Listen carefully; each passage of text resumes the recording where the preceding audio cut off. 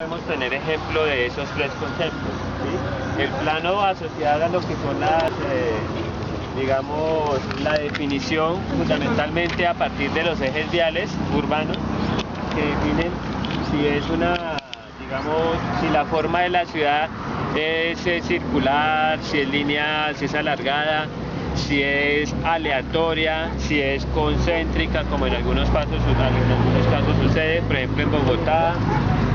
En este caso vemos una forma tradicional, como de alguna manera, por lo menos en esta parte, como con unos trazos más bien ortogonales, ¿cierto? Es decir, unos ejes perpendiculares en una dirección, paralelos entre ellos y perpendiculares a la realidad, ¿sí? Pues fundamentalmente tenemos allí usos residenciales de diferente, digamos, condición socioeconómica. Es claro que por aquí, por ejemplo, vemos unas construcciones que reflejan de alguna manera una apariencia de desorden, de desorganización, de quizás espontaneidad, improvisación en algunos casos, mientras que por allí, por ejemplo, cuando uno ve las urbanizaciones, ¿sí? Por ejemplo, aquella que tiene las paredes amarillas con naranja y la que queda más arriba, y entonces hacia esa parte de la ciudad vemos, por ejemplo, las alturas, ¿no? Que era, digamos, que ese es otro componente de la forma urbana, la altura. Entonces acá tenemos unas alturas diferentes a aquellas, más bajas, más altas, unas formas diferentes, una organización diferente, unos tratamientos diferentes, porque por ejemplo, si se dieron cuenta, cuando tomamos esta vía, que es la vía La Popa,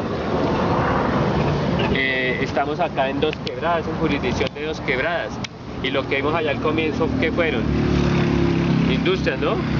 Bodegas, lácteos, esto es como una especie de zona industrial, pero está en las afueras. Hagan de cuenta que fuera como la zona industrial de Bogotá, pero está a las afueras, por lo menos de Pereira, está en un lugar, digamos, de alguna manera estratégico, y se supone que ahorita en el recorrido llegamos a un parque industrial que es como la zona franca, ¿sí?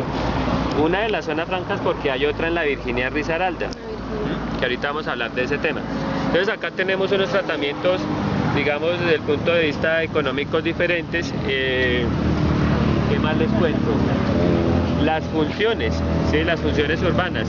Entonces tenemos funciones asociadas a los usos, funciones residenciales, funciones comerciales, funciones industriales o funciones de servicios, por ejemplo, como lo que es donde estamos ahorita en el parque, en el lago, que son de servicios recreativos, o funciones institucionales que generalmente están concentradas en la parte céntrica de las ciudades, de los municipios, que son las alcaldías, las oficinas de planeación, las oficinas de turismo, ¿sí?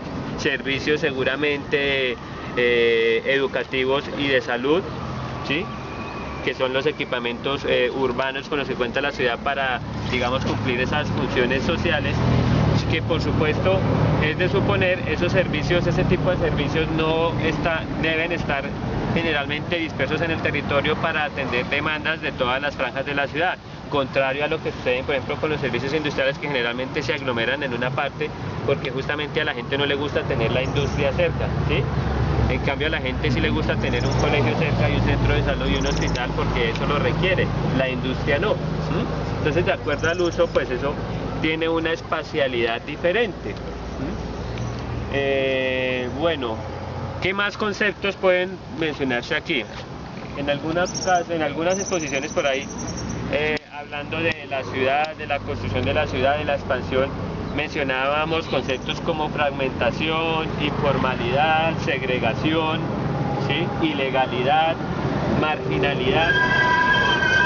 Vale la pena mencionar que aquí, detrás de esta vegetación, está el río Tun, ¿no? Este es un tramo del río Tun que atraviesa de oriente a occidente de la ciudad. Y si estuviésemos en el otro lado mirando hacia acá, y seguramente si tuviéramos la oportunidad de mirar más abajo, seguramente veríamos ranchitos allá bien abajo cerca al río, en unas zonas que entre otras cosas son de riesgo, que zonas que generalmente no debe haber construcción, no debe haber vivienda, porque las rondas de los ríos tienen unos márgenes que se deben respetar, pero obviamente no sucede en la práctica. Entonces, yo les decía en algún momento que los conceptos de fragmentación, marginalidad, segregación no necesariamente están asociados a una condición socioeconómica inferior, porque de alguna manera esas personas que viven, por ejemplo, que puedan vivir en un conjunto de ese estilo o mejor, ¿sí? Están encerradas, es una porción dentro de la ciudad que de alguna manera está fragmentada del resto, que tiene cierta homogeneidad y que están encerradas intramuros para, digamos, protegerse de lo negativo que pueda haber en el contexto. Entonces ellos de alguna manera están fragmentados, están marginados del resto del contexto, pero para proteger sus intereses. Eso por un lado. La ilegalidad, pues la ilegalidad también es una condición que no necesariamente está asociada a los estratos bajos, porque sabemos que los estratos altos también incurren a veces en esas condiciones de ilegalidad. Y si no, pues el ejemplo más claro y cercano es el de los cerros orientales en Bogotá, en donde se supone es una ilegalidad que de alguna manera está un poco más protegida o respaldada por la institucionalidad, porque a ellos no los molestan tanto como a la gente que no tiene recursos. ¿Por eso mismo no los molesta? Segregación, digamos, nuevamente la palabra segregación aparece allí, digamos a favor o en contra. Fragmentación, porque en la ciudad generalmente hay unos parchecitos, ¿sí? En donde, digamos, aquí tenemos una actividad, tenemos otra. Esos parchecitos a veces tienen cierta lógica o se busca que tengan cierta lógica, en otras ocasiones son de manera espontánea.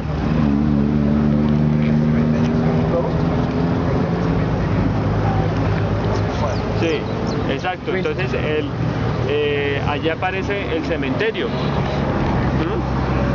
Y cruzando la cuadra están unas manzanas residenciales. Y hacia allá pues tenemos un uso institucional que se ve que es la iglesia.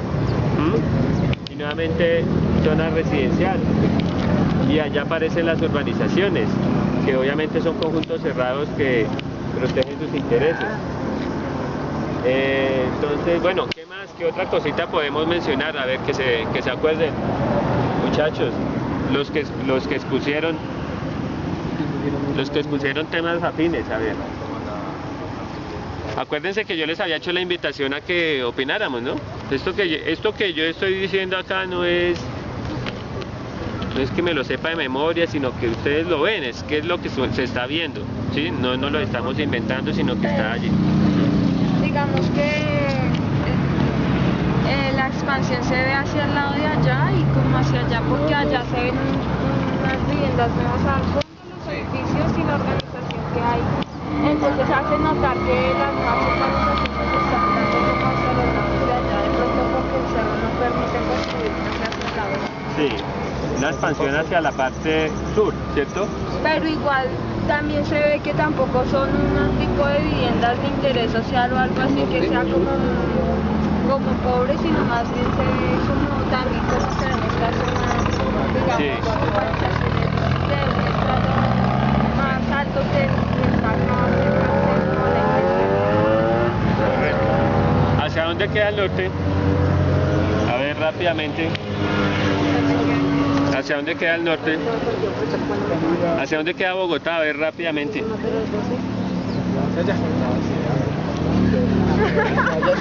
No, muchachos, ¿hacia dónde queda Bogotá?